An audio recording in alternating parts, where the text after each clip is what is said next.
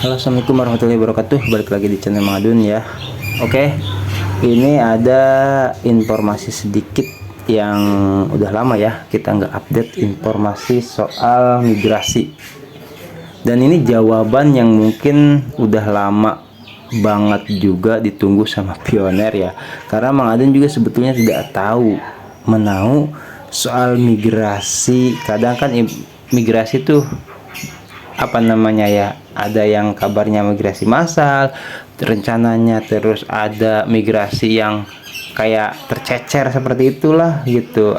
Cuman Edi Kabas pernah menyatakan bahwasanya migrasi itu per blok ya gitu ya, mungkin dari hitungan satu, yang penting per blok per 10 per 100 lah misalkan, jadi tidak sampai ngacak misalkan yang dari 7 ke 16 ke 23, enggak. Itu Edi Kabas pernah menyampaikan seperti itu. Gue juga nggak tahu sistematis tepatnya seperti apa ya, karena kita sama-sama belajar ya. Di sini bagi yang belum migrasi siapa, ini ada informasi dari Dorisin menjawab pertanyaan dari salah seorang pioner ya sini. Jadi ini mungkin yang ditunggu juga sama banyak orang gitu, jawaban-jawaban ini. Ini dari katanya pioner Bridges Malo Alvitis, pokoknya seperti itulah ya. Beliau bertanya nih, bagaimana cara mengatasi masalah saya.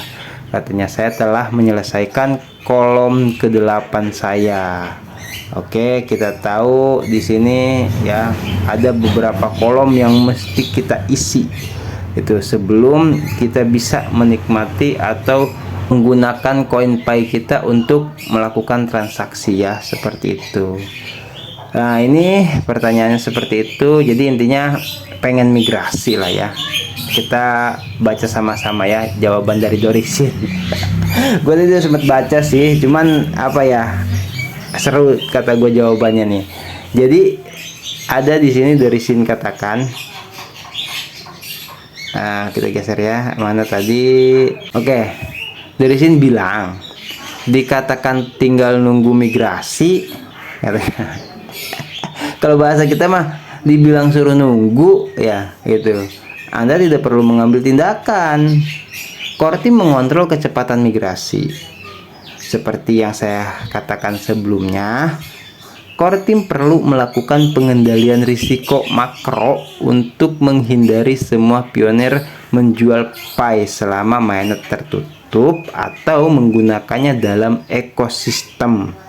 Mereka mengamati catatan blockchain untuk melihat beberapa risikonya. Nah, ini jelas ya.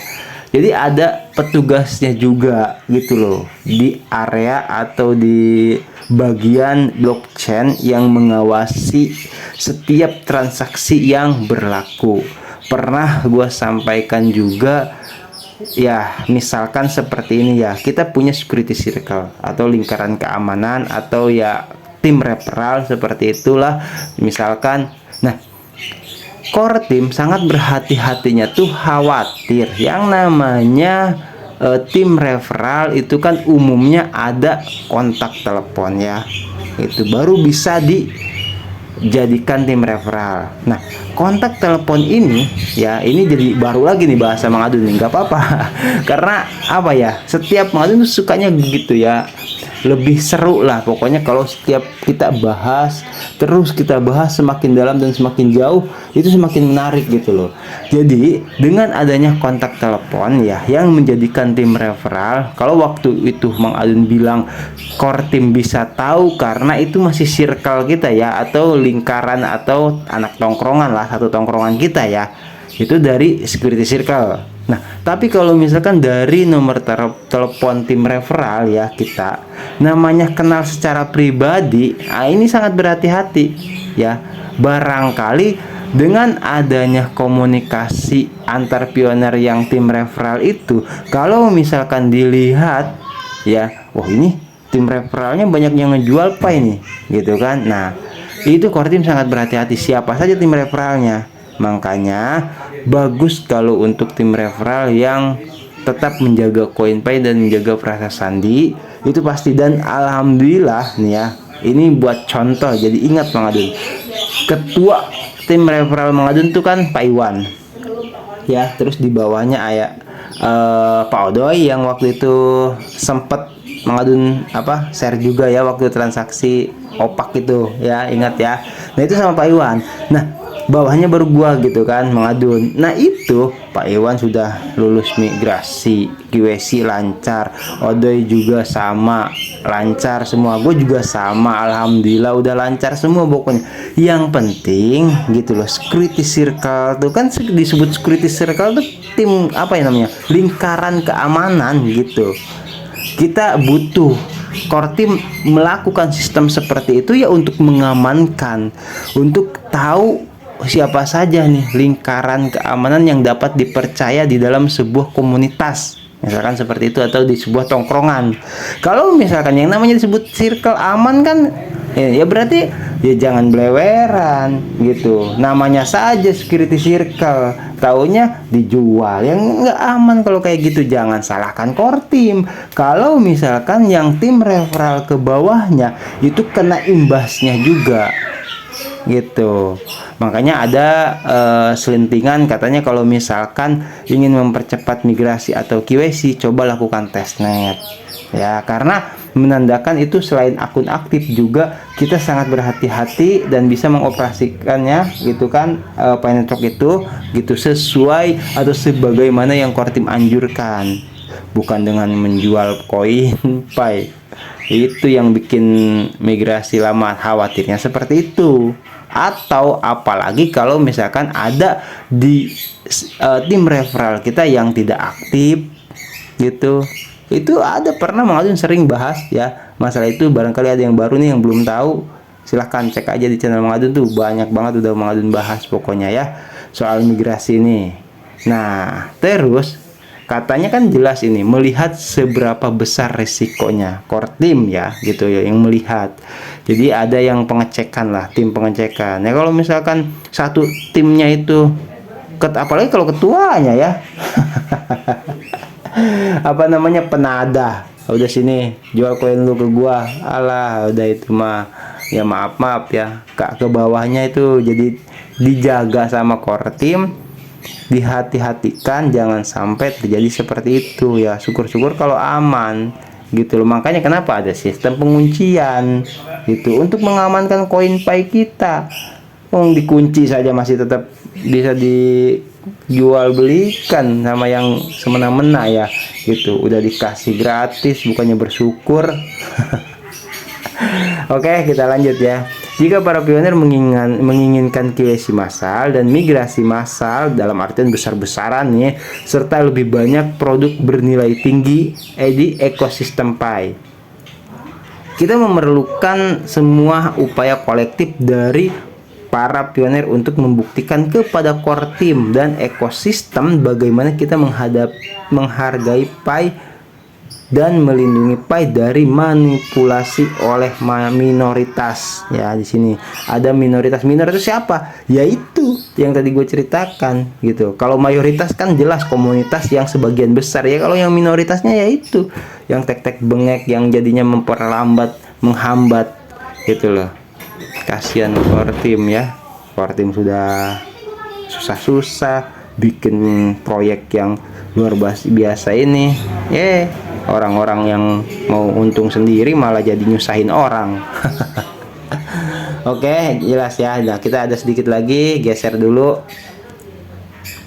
Oleh karena itu, komunitas Pi membutuhkan semua pionir untuk berupaya menyampaikan informasi yang benar dan mendorong para pionir untuk mematuhi perjanjian migrasi dan mempromosikan GCP. Hanya dengan cara ini kami dapat membantu semua orang melewati QC dengan cepat dan migrasi dengan cepat. Saya harap semua orang memahami logika sederhana ini. Ya kalau bagi dari sini dianggapnya sederhana. Ya memang sebetulnya sederhana ya. Cuman sederhana aja banyak yang nggak ngerti gitu loh. Jadi penting banget ya. Jadi kalau misalkan ada tim referral kita yang mau macam-macam, tolonglah diingatkan ya gitu loh. Jangan sampai imbasnya ke referral yang lain gitu loh. Bisa dipahami ya, semoga ya. Mang Adun juga ini cuman menyampaikan juga yang dari Dorisen. Bukan asal oh itu ngarang wong, di sini ada catatannya, ada pembahasannya sama Dorisen gitu kan. Ya kalau mungkin yang sudah paham bagus ya. Jadi kita bisa sama yang tadi kata bahasa Dorisen itu berkolektif ya gitu loh. Jadi membutuhkan semua pioner untuk berupaya menyampaikan informasi yang benar, mendorong pioner yang lain semua dah.